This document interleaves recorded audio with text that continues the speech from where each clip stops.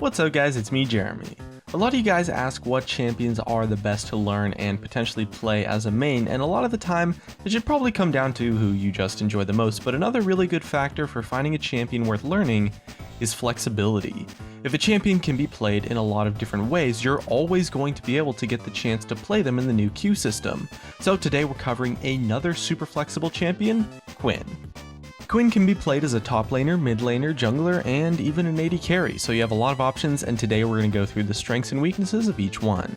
And if you enjoyed the video, make sure to hit that like button, and if you don't, hit that dislike.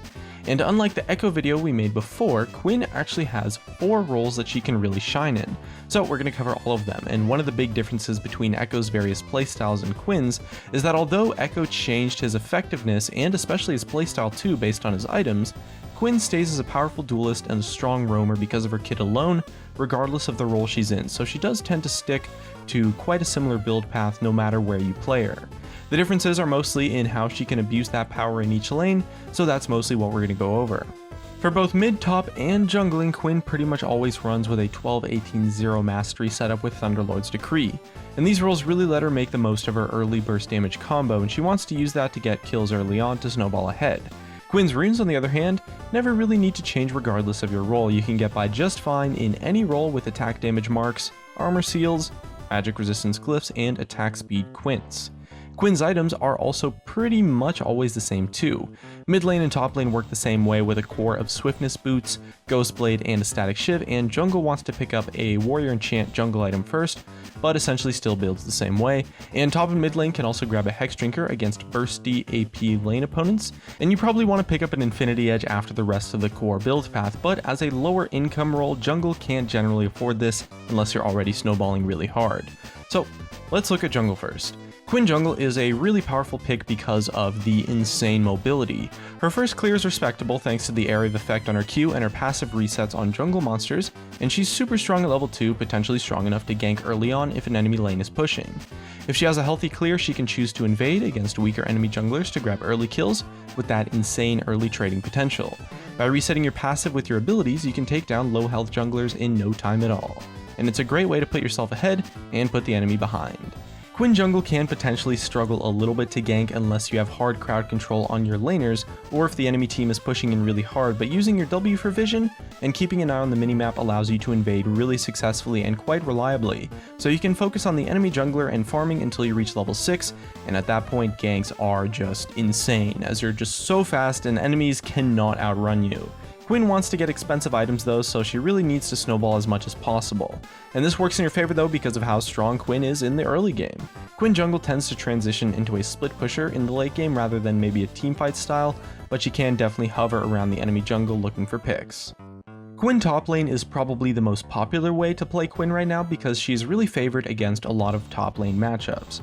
You can close distance or gain distance however you want with your E and poke quite hard with your Q, and this means pretty much most melee champions have a really difficult time against Quinn, and if they don't respect your burst, you can end up killing them really quickly early on. This powerful laning phase and the fact that most enemy top laners will be AD means that you can just buy straight into your damage items and look to stomp every 1v1 opportunity. Once you reach level 6, you can definitely look to roam, but a lot of Quinn players choose to stay top lane pushing hard and forcing the enemy team to react.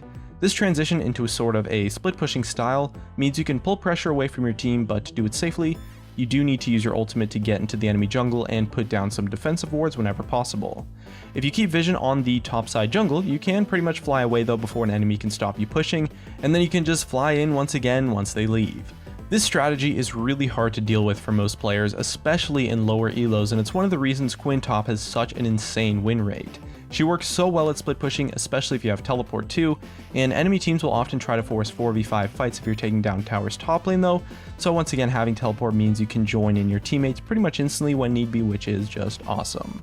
Mid lane Quinn is a little bit more fragile than top lane Quinn since a lot of the laning matchups, your opponent's going to have quite a bit more kill potential on you than in the top lane. A lot more matchups include ranged opponents, and you often need a Hex Drinker because of the high burst presence in the mid lane. This does delay your power spikes by a little bit, but if you do outtrade and potentially even kill the enemy mid laner, it's going to have way more impact on a game than killing a top laner. A mid laner needs gold for offensive items, so putting yourself ahead while denying them kills or farm can oftentimes render a lot of mid laners useless. A death in the mid lane also opens up a lot more opportunities for objectives for your team, so use those windows of time to take dragons or Rift Herald if you can. As a mid laner, you want to use your ultimate to roam, assisting your bot or top laners with a numbers advantage so that you can help put other lanes ahead. And from there on out, you want to keep rolling with your team and make Monte Cristo proud with some rotations. Deny as many objectives as you can and put your whole team ahead. Quinn isn't necessarily amazing at teamfighting, but you really excel at singling out one enemy target, kind of like an assassin, so pouncing on the enemy AD carry or maybe the enemy mid laner whenever you get a chance is a great way to swoop in and swing a fight in your favor, and at this point, you are pretty much just playing like an assassin. Swoop in, take out a squishy target, and then back out. Now Quinn's playstyle and build changes a lot when you play her as AD carry. You don't really want to run Thunderlords as AD carry because the early trading power is less meaningful in the 2 versus 2 lane. Instead, you want to take 18, 12, and 0 with Fervor of Battle, which is ideal because it gives you way more sustained damage for the longer lasting fights. Your items change a bit too, since sustained fights means you need to be able to lifesteal, so a Bloodthirster is a great pickup after your core items, which are going to be the Shiv and Infinity Edge. And you'll still deal the majority of your damage with abilities, so potentially maybe an Essence Reaver is worth considering to lower your cooldowns. Essence Reaver also does have a really nice build path for the bot laning phase, so rush that first if you want the cooldown reduction. AD carry Quinn takes less risks overall though than the other Quinn builds, but you still have a lot of burst potential, and picking Quinn as an AD carry can potentially even take the enemy bot laners by surprise, since it's a little bit of an off-meta pick.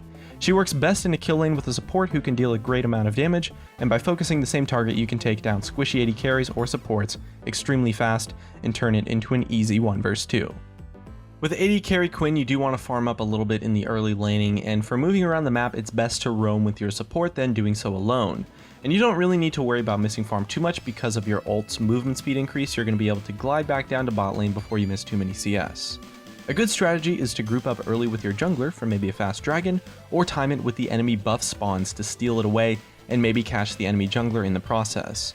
With a support who can keep the bottom side jungle warded or potentially warding it yourself, AD carry Quinn can be a really big nuisance of just shoving up the lane as far as possible and then recalling constantly.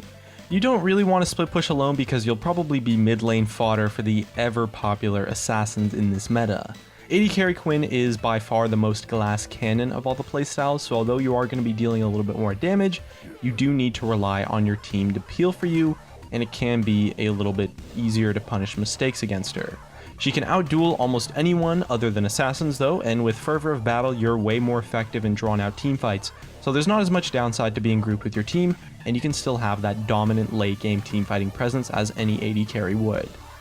Probably one of the more noticeable differences between the 4 roles is the summoner spells that you end up taking.